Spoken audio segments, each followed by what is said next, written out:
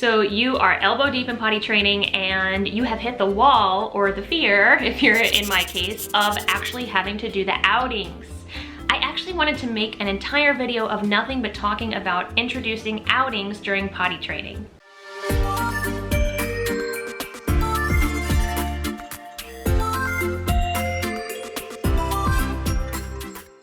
If you're new here, hello and welcome. My name is Jenny, certified teacher, doctoral student, and mom to 2 girls, Alice, who is my 2-year-old, and Mina, who is my 10-month-old. In this video, I actually wanted to cover exactly how I went about introducing outings during the first block of the Oh Crap potty training method. So starting with this video, I'm going to assume that you've already started the first block, and if you haven't, I have a video up here of how you can do that. Basically, in the first block, your child, while commando on the bottom, should be able to use a potty with or without prompting.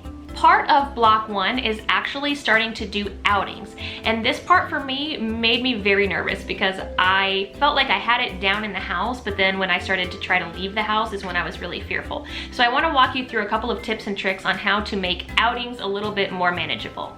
Okay, so let's start with the first piece of advice I have for you, which is start really small. And by really small, I mean really small. I actually started first by actually just walking to the mailbox with Alice and coming back into the house with her and leaving her without anything on underneath. Now, obviously, this can be a little stressful, not having your child have something underneath while they are going out of the house, but you gotta start somewhere. If you happen to have a fenced-in backyard, that's another option too, is you could go outside for some playtime, bring the toddler-sized potty, and allow some playtime out there and see if they can remember to go back to use the potty when they feel a need to, or when you're seeing those signs of when they need to use the potty. Once you've done those really small outings, I like to do a little bit of a longer outing of probably 10 minutes, and I usually don't involve the car yet. I will involve a stroller, but not the car yet. The way I do that is I literally will just strap Alice in. I will literally bring the potty and put it on the underside of the stroller, and then we will go take a walk. I'll usually make it about a 10-minute walk, and if she ever tells me pee pee in the potty, I stop immediately, whatever it is that I'm doing, take the potty out, and let her sit down and use it. It's really important that you acknowledge when they're saying it, because it's gonna help you know when they actually need to use the potty and show them that telling you that they need to use the potty is the right move. If there is an accident, don't say it's okay, because it's not okay. They need to use the potty. However, what you can say is, Alice, you pee-peed in the stroller. Remember that pee-pee goes in the potty. Next time, you can tell me pee-pee in the potty and we will stop and you can use the potty. So again, if there's an accident, clean it up, move on, call it a day, and try again for a different outing. Now, once you have done those very short outings, like going to the mailbox or taking a very short walk around a cul-de-sac, around the neighborhood, then you can introduce the car. And I recommend going very small with the car at first. So there's 2 different ways that you can handle going out in the car or on the subway, wherever it is you live, and actually being able to use the potty in a store. First things first, your child needs to understand and feel comfortable using a seat on top of a potty, or you need to bring a potty for them. I actually have 2 different potties that I will occasionally bring, and one of them is a foldable potty that I can just put down wherever, and the other one's actually just a seat that goes over a regular potty seat. So if you're wanting to go the seat route, it's an easier route in my opinion, because then you don't have to worry about the bags.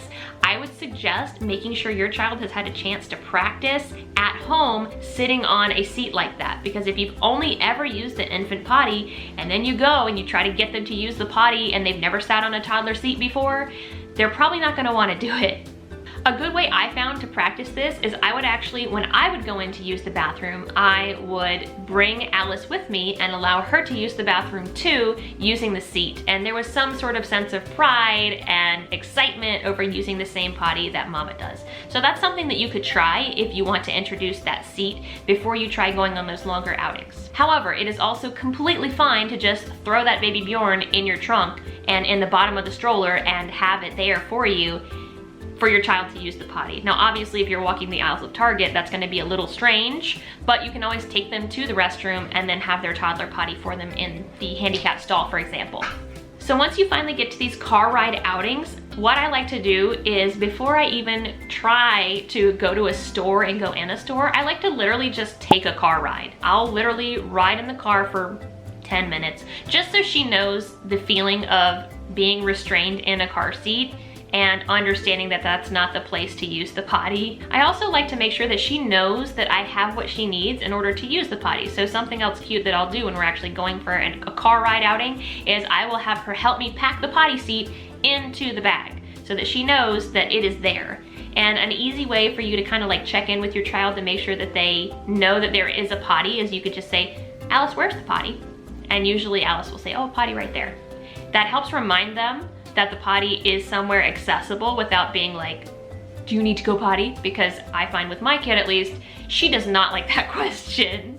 Okay, so you've gone on a couple of short outings, you've walked in the stroller for a little while, you've driven around a little bit, now you're actually gonna go in a store. Woohoo, how exciting. What I would suggest when you go into the store is if you're able to, bring a stroller, bring the toddler potty underneath, or you can get one of those collapsible potty seats that go onto the potty. When you're going on a store outing, I do think it's important to try to get your child to use the potty before you get in the car. And again, the best way I have found to do this is to model it. So I will go into the bathroom with my child, and for this you don't need them to sit on the potty seat. So I'll actually bring my child's little potty chair in there and I'll sit on the big potty and I'll use the potty and I'll say, oh Alice, you know what? I'm gonna use the potty because we're gonna go on a car ride and I wanna make sure I've used the potty before I leave. And 9 times out of 10, she will do the same thing because I'm not asking her to do it. I'm just saying I'm doing this and you're in here with me, so whatever you wanna do, toddler. Before we go to the store, your potty is right there. No potty. No potty?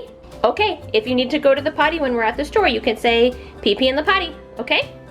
You got it? Okay, Mama. Okay, let's go. As long as it's their idea, they tend to do better with it. So because of the fact that they've kind of emptied before you have even left, that is helpful. One other tip I will have for when you're out in stores is obviously when you're commando in block 1, it is stressful to have your child without anything on the bottom. So what you can do is you can actually drape a blanket over them if they're wearing a dress, for example, or a shirt without anything, just to make sure that all of their everything is not exposed to random strangers.